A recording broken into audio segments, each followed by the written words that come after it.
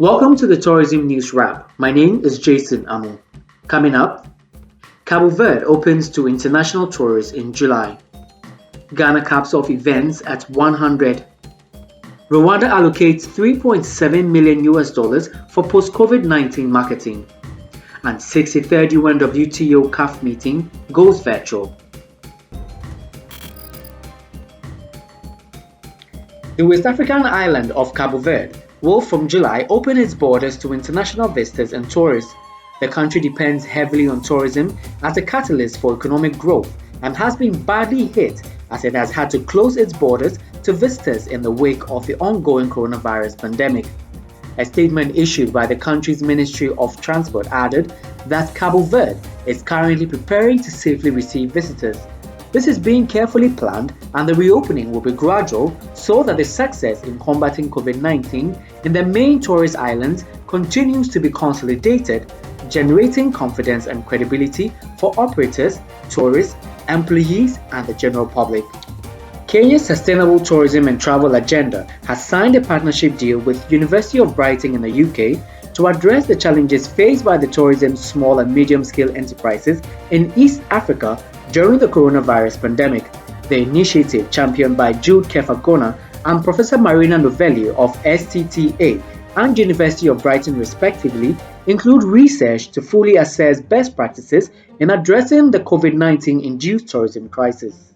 The partnership between STTA, Sustainable Travel and Tourism Agenda, and University of Brighton in the UK is an initiative to support small and medium enterprises in tourism that have found themselves at a crossroads at these unprecedented times occasioned by COVID-19 pandemic. This program will help them to stabilize during this time, supporting them with tools that will build their resilience and prepare them for takeoff and acceleration when tourism resumes so that they can be ready for business. Some African destinations have turned to digital marketing campaigns to promote their respective countries. This has come as a result of the novel coronavirus, which has left the DMOs with limited choice. South Africa's Limpopo Tourism Agency embarked on a virtual familiarization trip to the N71 route with stakeholders a week ago, and the Kenya Tourism Board this week launched their 6 weeks virtual expedition as part of their ongoing Magic Awaits campaign. A number of African destinations including Seychelles, South Africa, Ghana, Ethiopia, Cabo Verde, Tanzania, Uganda have rolled out online campaigns to be a top-of-mind destination.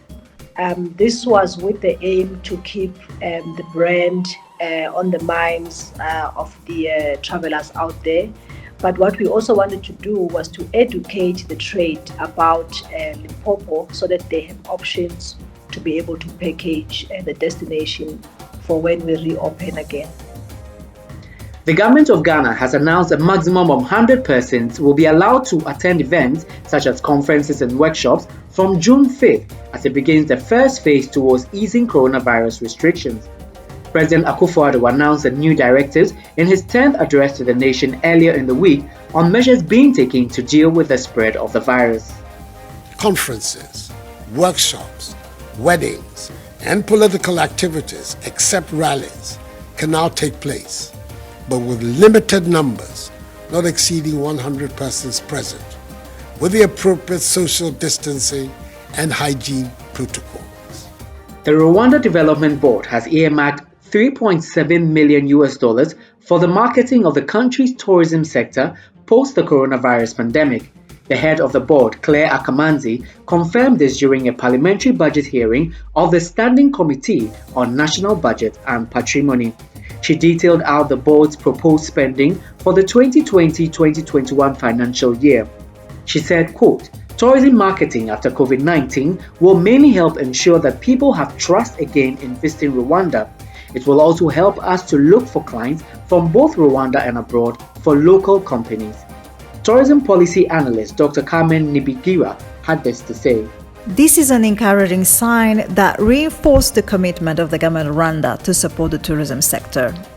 we see this as well as a clear signal that both domestic, regional, as well as the international source markets, in terms of marketing, will benefit from this budget.